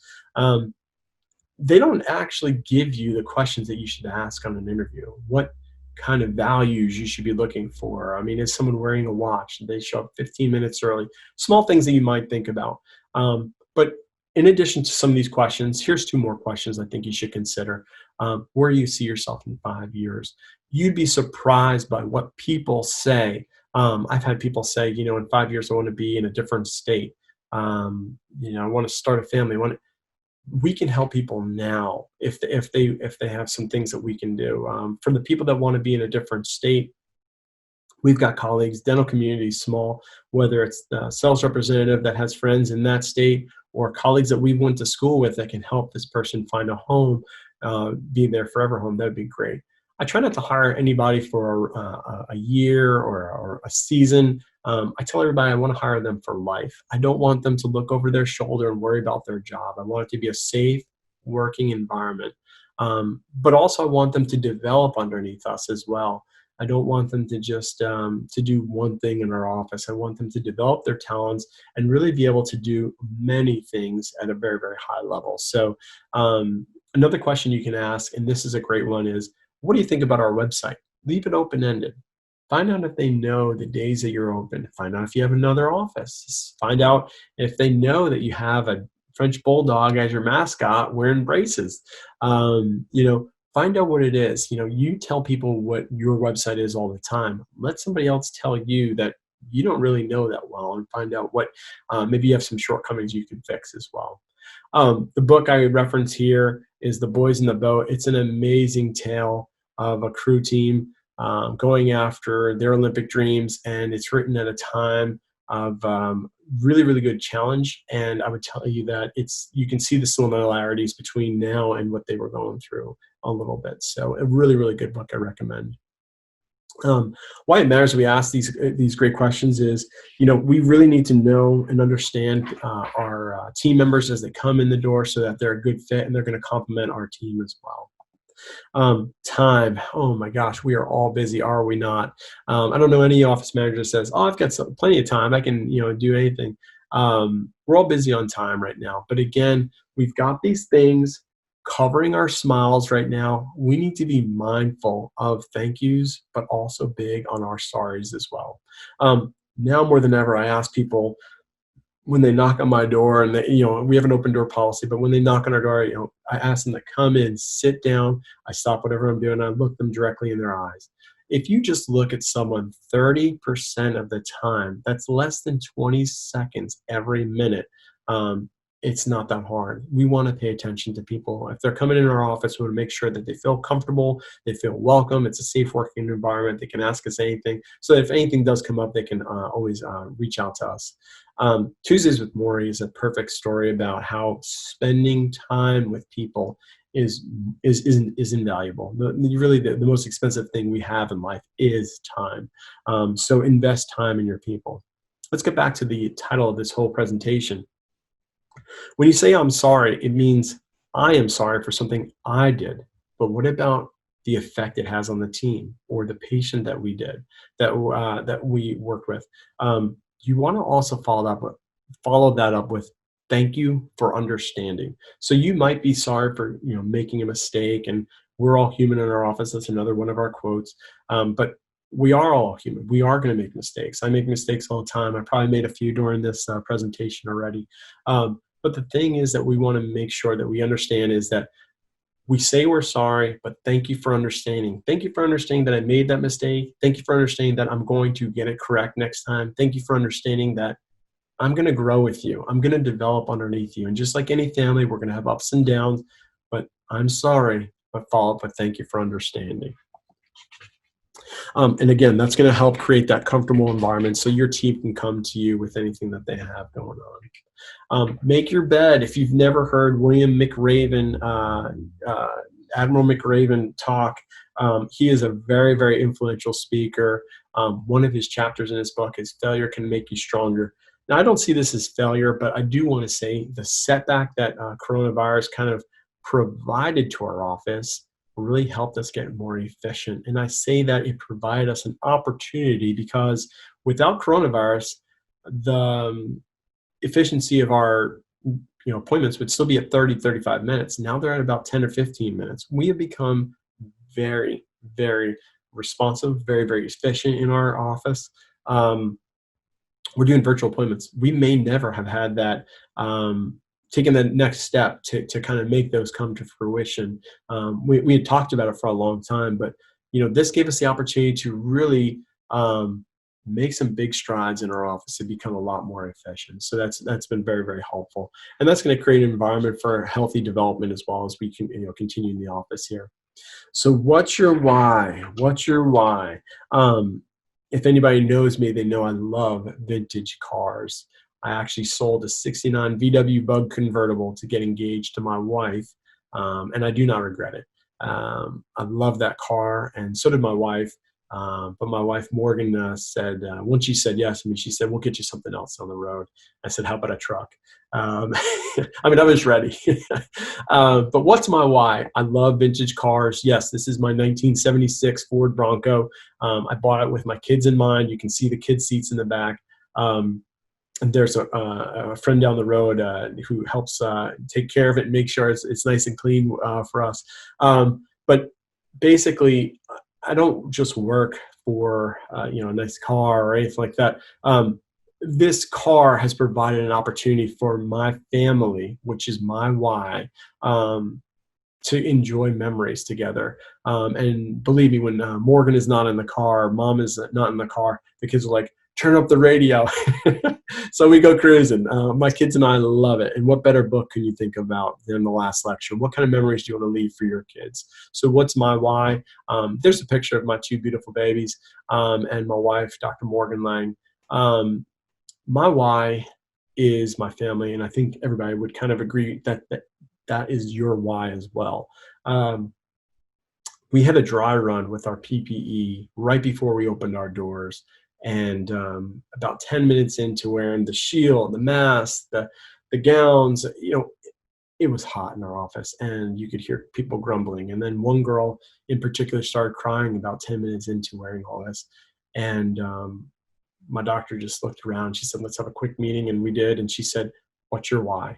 She wanted to remind us, what is your why? Because it's so important now more than ever to just be reminded of, what is your why? Why did you come here? What are you working for? And what motivates you to keep doing what you're doing? Nothing has changed. We're just wearing a couple extra layers. And now I think everybody would agree. It's just it's a mask, it's a shield, it's just a gown. But it's something that was something back then. And she just wanted to get us all on the same page that we're going to get through this. or we're going to get through this together. And that's that family environment that we continue to enjoy in our office. Eric, thank you so much. Over the last couple years, Eric and I have become friends. He was actually an attendee of one of the marketing conferences last year, or maybe it was the last couple years, and we got to know each other really well and just talk about the things that he's doing in his practice. And they're really killing it over there at Lang Orthodontics. Go check out their social media accounts and all that they're doing in marketing. And we really wanted to get his perspective, and he had a lot of great insights. And as you saw from his presentation, all of those great suggestions, those book suggestions that he has, he's really knowledgeable in marketing. So thank you so much, Eric, for that.